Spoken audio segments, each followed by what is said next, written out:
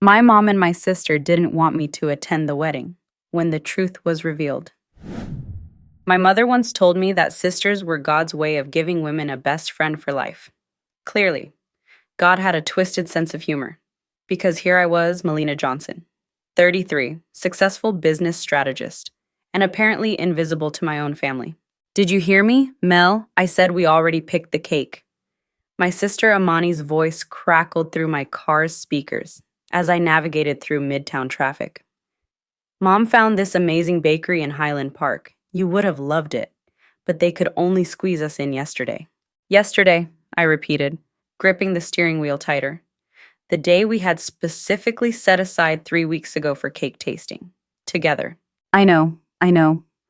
Amani's voice carried that familiar apologetic tone that somehow never translated into actual changed behavior. But Mom said you're so busy with your big promotion and everything. I bit back my initial response.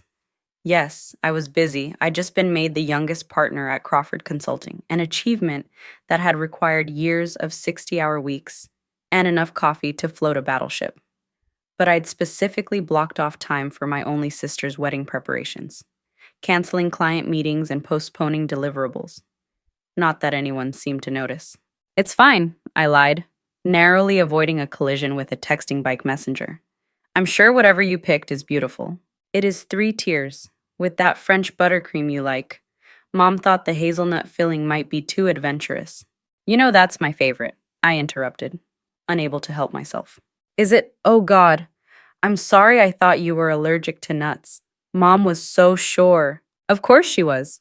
Cynthia Johnson, manipulator extraordinaire, and my personal tormentor since birth, had been steadily edging me out of every wedding decision since Amani had announced her engagement 6 months ago.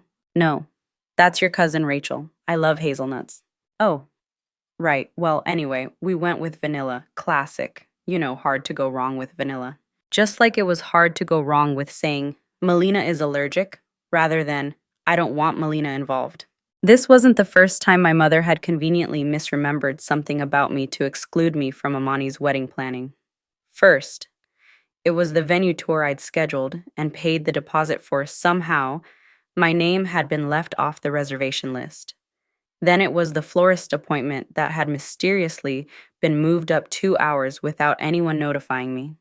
And now the cake tasting. So what's next on the wedding agenda? I asked, trying to sound cheerful rather than like a woman contemplating matricide. I have next Thursday afternoon free for whatever's coming up. Oh, I think we're good for now, Amani said, her voice suddenly higher. Most things are settled. Most things we haven't done the bridesmaid dresses, the menu tasting, Actually, we did the menu last week. And the dresses. I nearly rear-ended a taxi. You picked bridesmaid dresses without your maid of honor present. A long pause. Mom said you told her burgundy was fine for the color scheme. I specifically said burgundy would make me look like I had liver disease. I corrected, pulling into my office parking garage with more force than necessary. I suggested forest green or navy. Oh, well, it's burgundy now, but I'm sure you'll look beautiful. Everyone looks jaundiced next to me anyway. I'm so pale. Her nervous laugh confirmed she knew exactly how I felt. I parked and closed my eyes, counting backward from 10. I loved my sister. I'd put her through art history school when our father died, and his insurance barely covered the mortgage. I'd helped her find her first apartment, co-signed the lease, and spent 3 weekends painting over the previous tenant's questionable mural choices. I'd been there through the bad boyfriends, the quarter-life crisis when she thought she should become a yoga instructor despite not being able to touch her toes, and the eventual landing of her dream job at the museum. Listen, Amani, I feel like we need to talk about. Oh no, that's my other line, the photographer, gotta run. Love you, bye. The line went dead before I could respond. I sat in my silent car, the engine ticking as it cooled, and wondered when exactly I'd become an afterthought in my sister's life. More precisely, when had my mother managed to orchestrate it? Cynthia Johnson hadn't always been a monster. There was a time before my father's death 7 years ago when she had been merely difficult, opinionated, particular. The kind of woman who returned undercooked restaurant steaks with a lengthy critique of the chef's technique. After Dad died, something shifted. Her need for control metastasized, spreading from how the dishwasher should be loaded to how her daughters' lives should be arranged. I had escaped the worst by already having established my career, apartment, and general independence. Amani, 5 years younger and still finishing college, hadn't been so lucky.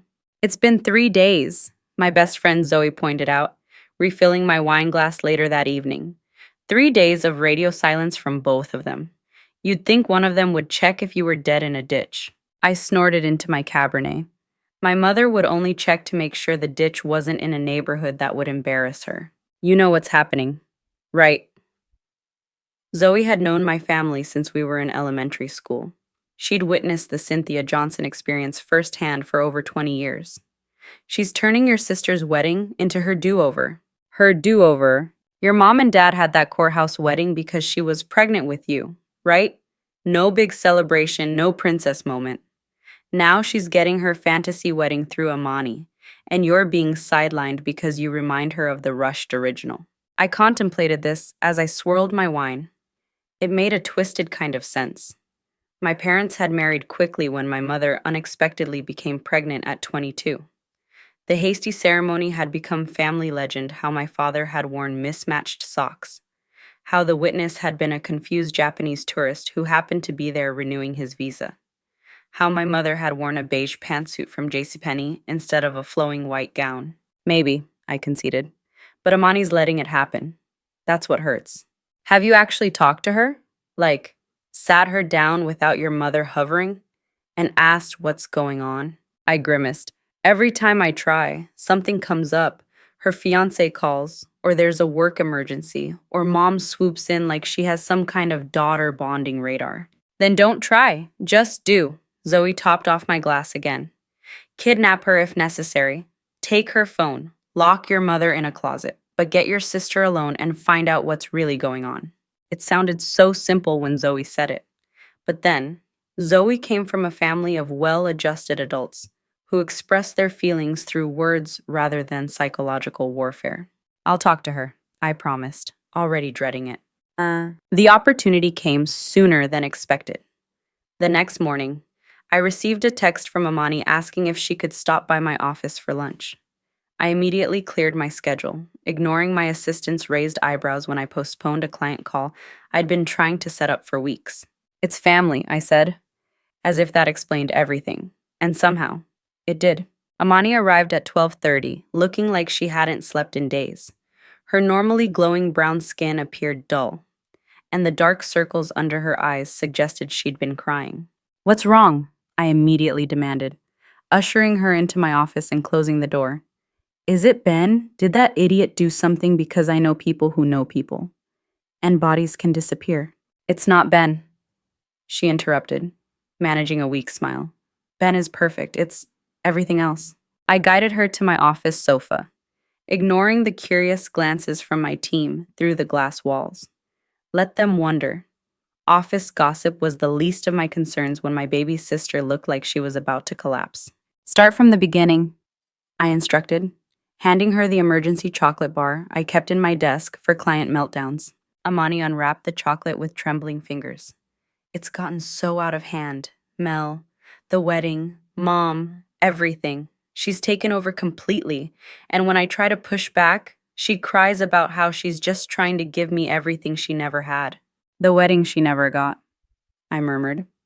Zoe's theory confirmed. Exactly. Amani's eyes widened. She keeps saying this is her chance to see her baby girl have the perfect day. Whenever I mention including you in decisions, she says you're too busy, too important now for silly wedding details. I frowned. That doesn't sound like me at all. I know, but then she shows me texts from you, saying you can't make appointments or that you trust our choices. What texts? I grabbed my phone, opening my message history with my mother. The last text I'd sent her was 3 weeks ago, confirming the cake tasting date. Amani, I haven't texted Mom anything like that. My sister's face crumpled. She showed me the messages, Mel, about how you think the wedding is frivolous, how you think I'm making a mistake marrying Ben, because he's just a teacher while you date all these successful businessmen. I've never said anything remotely like that. I was genuinely shocked. Ben is wonderful, and the last guy I dated was an accountant who collected vintage lunchboxes and lived with his mother. I know that's why I was so confused. It didn't sound like you, but the texts came from your number. She trailed off, uncertainty clouding her features. A cold suspicion formed in my mind. Did you actually see my number on Mom's phone, or did she just tell you they were from me? Amani hesitated. She showed me the screen. It said Melina at the top. Did she show you the actual contact info? The phone number? No, just the text bubbles. I opened my contacts and showed her my mother's entry. This is Mom's contact in my phone, her number, and full info. Amani nodded. Now watch this. I edited the contact name, changing Mom to Melina, and handed her the phone. Look at that. Anyone can rename a contact to show whatever they want. My sister's eyes widened as comprehension dawned. You think she's been sending herself messages pretending to be from you? Or she got someone else to text her from an unknown number and just saved it as my name? Either way, I never sent those messages. Amani sat back, the chocolate forgotten in her hand. But why would she do that? What's the point? To drive a wedge between us, I said, the pieces falling into place. She's been working overtime to make sure we don't communicate directly. Think about it. When was the last time we had a conversation that Mom didn't somehow interrupt or know about afterward? My sister thought for a moment. The day I got engaged, I called you first, before anyone else. You were the first person I told.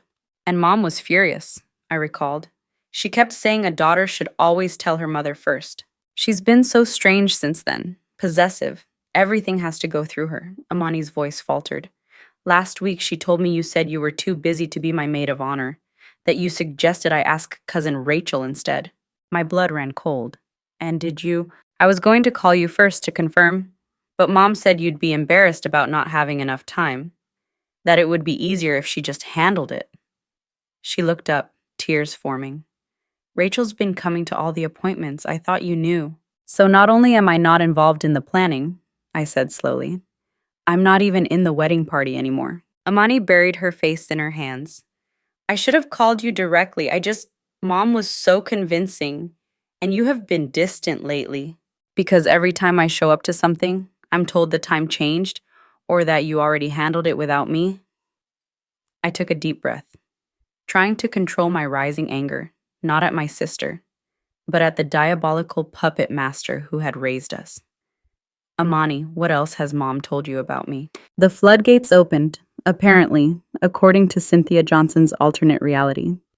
I had complained about the financial burden of the wedding despite happily paying for several major components, criticized Amani's choice of venue, which I had actually found for her, and even suggested that Ben was only marrying into our family for my business connections. That's why I stopped calling as much, Amani admitted, wiping her eyes. I thought you were having second thoughts about supporting the wedding. Mom said you told her the money would be better spent as a down payment on a house. I stared at my sister, momentarily speechless.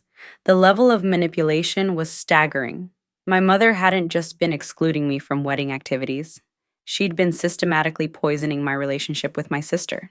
Amani, I said finally, I need you to believe me. I never said any of those things.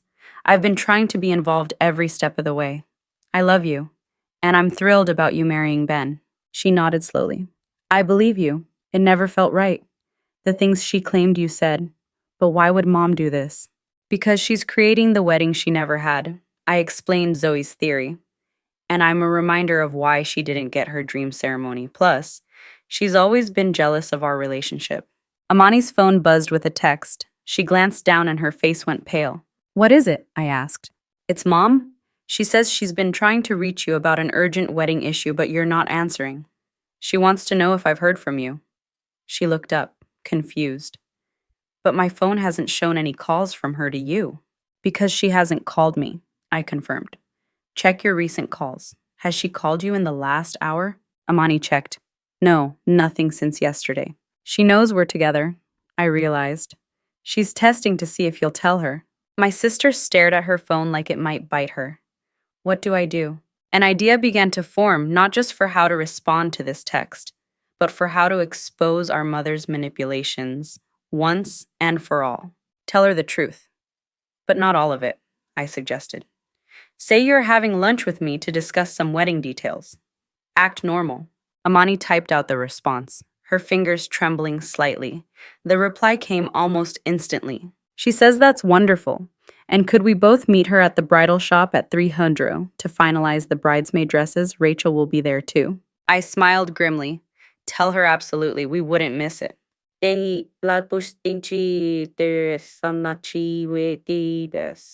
bridal shop was exactly as pretentious as I'd expected, all crystal chandeliers and champagne flutes, with price tags discreetly hidden until the final bill gave you cardiac arrest.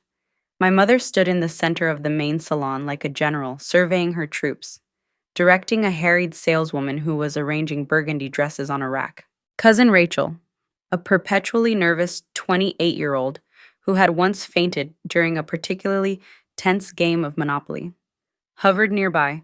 She nearly dropped her champagne flute when she saw Amani and me enter together. "Oh, Melina, I didn't know you were coming," Rachel blurted, looking guiltily at my mother. Cynthia Johnson turned slowly, her perfectly composed face betraying only the slightest tightening around the eyes when she saw us. At 55, my mother was still a striking woman, with the same warm brown skin and high cheekbones that Amani had inherited. I took after my father's side, slightly taller, with a rounder face and curlier hair. "Melina, what a surprise," she said, her voice honey-sweet. "I thought you were too busy with your big presentation this afternoon." "Funny, I don't have any presentations today," I replied, matching her tone. My schedule magically cleared up. Her smile didn't falter. "Well, isn't that fortunate? Though I'm afraid we've already selected the dresses. Rachel has been such a help as maid of honor." Oh. Amani's hand tightened on my arm. We'd prepared for this, but the blatant lie still stung. "About that," my sister said, her voice stronger than I'd heard it in months. "There's been a misunderstanding. Melina is my maid of honor. She always has been." Our mother's expression froze for a millisecond before sliding into concerned confusion. "Darling, we discussed this. Melina told me herself she couldn't commit to the responsibilities. You agreed Rachel was the logical choice." "I never agreed to that," Amani said firmly, "and Melina never told you anything of the sort."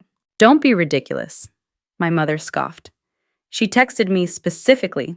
"Show me," I interrupted. "Show us both these texts right now." The saleswoman and two other shop employees had stopped what they were doing, clearly sensing the brewing drama. Rachel looked like she wanted to dissolve into the plush carpet. My mother's hand tightened around her designer purse. "This isn't the place for this discussion." "I think it's the perfect place," I countered, since apparently my role in my sister's wedding has been decided here without my knowledge. "Melina, you're making a scene," my mother hissed, glancing around at the interested onlookers. "No? Mom, you've been making scenes for months," Amani interjected. "Secret appointments, changed plans, and lies about what Melina has supposedly said." Cynthia's carefully maintained facade began to crack.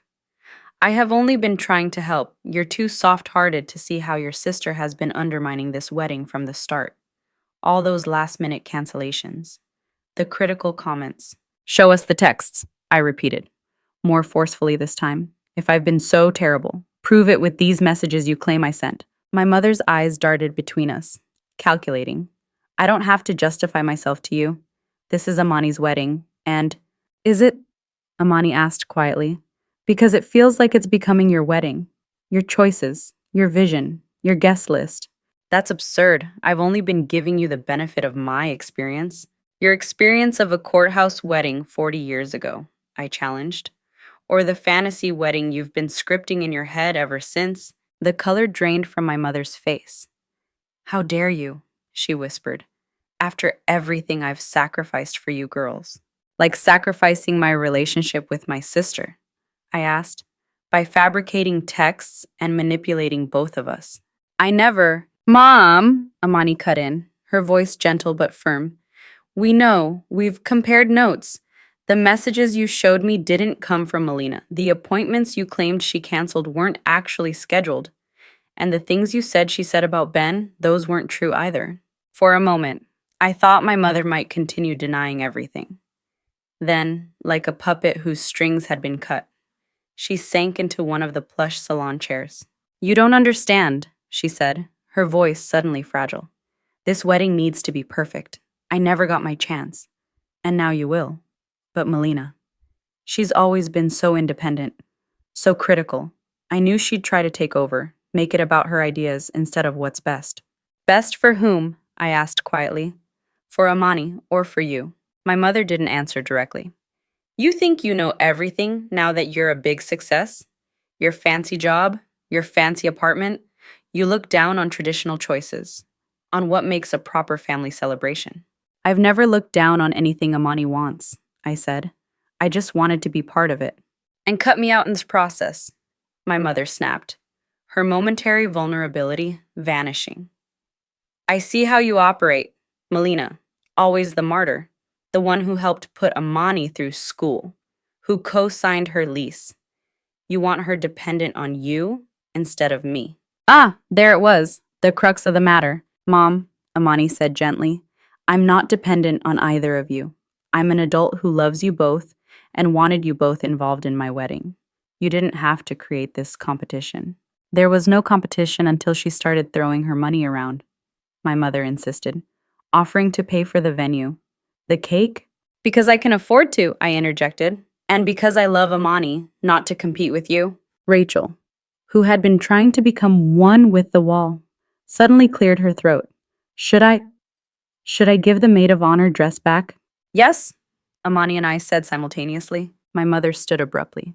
"This is ridiculous, Amani. When you're ready to be reasonable, call me. I won't be part of this ambush." She grabbed her purse and stormed toward the door, pausing only to add, "And burgundy is the only acceptable color for an October wedding. Forest green looks like Christmas came early." The bell above the door jingled merrily as she departed, leaving a stunned silence in her wake. "Well," the saleswoman said after a moment, "that was more exciting than our usual appointments." Amani looked at me, then at Rachel, then back at the saleswoman. Suddenly, she burst into laughter, slightly hysterical, but genuine. I joined in, the tension of the past months finding release in our shared mirth. "I'm so sorry," Rachel stammered, clearly mortified. "I had no idea she told me you couldn't do it because of work commitments." "It's not your fault," I assured her, wiping tears of laughter from my eyes. "You were just another pawn in the Cynthia Johnson chess tournament." Amani linked her arm through mine. "Can we start over with the whole wedding planning thing?" "Absolutely," I agreed, beginning with burning anything burgundy. Hey. The next 3 months were a whirlwind of genuine collaboration. Amani and I redesigned the wedding from scratch. Keeping some elements my mother had chosen, the venue was admittedly perfect and changing. Others, the bridesmaid dresses became a deep emerald green that flattered everyone. Ben, relieved that the strange tension had been resolved, threw himself enthusiastically into the planning, offering surprisingly strong opinions about floral arrangements. My mother's reaction was predictably dramatic. First came the cold shoulder, 2 weeks of ignored calls and texts, then the guilt trips, delivered via extended family members who had no idea they were being used as emotional messengers. Finally, when those tactics failed, she arrived at my apartment one evening with tearful apologies and half-hearted justifications. "I just wanted to be important," she admitted, cradling the tea I'd reluctantly made her. "Ever since your father died, I've felt sidelined. You girls have your own lives, your own relationship. I was afraid of becoming irrelevant." "So you tried to make me irrelevant instead?" I asked, not unkindly. She had the grace to look ashamed. "It wasn't a conscious plan, it just evolved. The more I took control, the more important I felt." It wasn't a complete apology, and it didn't erase the hurt she'd caused. But it was a start. We negotiated a careful peace. My mother would still be involved in the wedding planning, but all decisions would be transparent, with Amani having the final say. No more secret appointments, no more fabricated messages, no more manipulation. "And Melina is my maid of honor," Amani had insisted firmly. "That's non-negotiable." To everyone's surprise, my mother agreed without argument. Perhaps she recognized she'd pushed too far, Or perhaps she simply realized she'd been outmaneuvered. Either way, the wedding planning proceeded with a newfound honesty that, while occasionally uncomfortable, was infinitely preferable to the hidden agendas of before. On the day of the wedding, as I helped Amani into her dress, an elegant vintage-inspired gown with subtle Art Deco beading, I felt a surge of gratitude for our restored relationship. "Thank you," my sister said suddenly, meeting my eyes in the mirror. "For what? I haven't even finished buttoning you up." "For not giving up on me," she clarified. "When Mom started spinning her web, I should have seen through it. I should have trusted you more." I squeezed her shoulders gently. "Family dynamics are complicated. Mom's always been good at playing us against each other." "Not anymore," Amani said firmly. "I've learned my lesson. Direct communication from now on, no matter what." A knock on the door interrupted us. My mother entered, looking elegant in her silvery blue, mother of the bride dress. Her eyes widened when she saw Amani. "Oh," she breathed, "you look perfect. For once." There was no hidden agenda in her voice, no manipulation lurking beneath the surface, just a mother's genuine pride in her daughter. "Doesn't she?" I agreed, finishing the last button. "Ben's going to faint when he sees her." My mother approached cautiously, as if afraid of disturbing the peace we'd established. "The photographer is ready when you are, and I brought these." From her purse, she withdrew a small jewelry box and handed it to Amani. Inside was a pair of pearl earrings I recognized immediately. They had belonged to my grandmother. "These were supposed to be for my wedding day," my mother said softly. "But my ears weren't pierced back then. I always imagined my daughter wearing them instead." Amani's eyes filled with tears. "They're beautiful, Mom." "Your sister should help you put them on," my mother added, glancing at me. "Her fingers are steadier than mine." It was a small gesture, but a significant one, an acknowledgement of my place in this moment, a recognition that both of us belonged in Amani's special day. As I carefully attached the delicate earrings, my mother watched, her expression uncharacteristically vulnerable. "You know," she said hesitantly, "I've been thinking, maybe after the honeymoon, we could all get together for Sunday dinners, once a month or so, to stay connected." Amani and I exchanged glances. It was a peace offering, imperfect but sincere. "I'd like that," Amani said. "Me too," I agreed. "As long as you promise not to rename my contact in your phone again." My mother had the grace to blush. That was not my finest moment. "No kidding," I said dryly, though I have to admit, it was creative, evil genius level of creative. A reluctant smile tugged at her lips. "I've always said you girls got your intelligence from me. And our stubbornness," Amani added. "And our ability to hold a grudge," I contributed. "And your beauty," my mother finished, her eyes suspiciously bright. "Both of you, inside and out." Another knock at the door announced the wedding coordinator. Clipboard in hand. 5 minutes. Everyone places. Please. As we made our final preparations, I caught my mother watching us with a complicated expression, pride mingled with regret, and perhaps a touch of envy. But there was love there too, imperfect and difficult as it sometimes was. Later, as I stood beside my sister while she exchanged vows with Ben, I thought about the journey we'd taken to reach this moment, the manipulations, the misunderstandings, the painful confrontations, all part of the messy, complicated business of being family. My mother had been right about one thing: sisters were God's way of giving women a best friend for life. But she'd forgotten the corollary: that friendship, like any relationship worth having, required honesty, communication, and sometimes the courage to call out manipulation when you see it. As Amani and Ben sealed their vows with a kiss, the assembled guests erupted into applause. I caught my mother's eye across the aisle and offered a small smile, which she returned cautiously. We weren't fixed, not entirely, but we were working on it. One wedding, one truth, one Sunday dinner at a time. And that, I decided as I followed the newlyweds down the aisle in my perfectly flattering forest green dress, was something worth celebrating.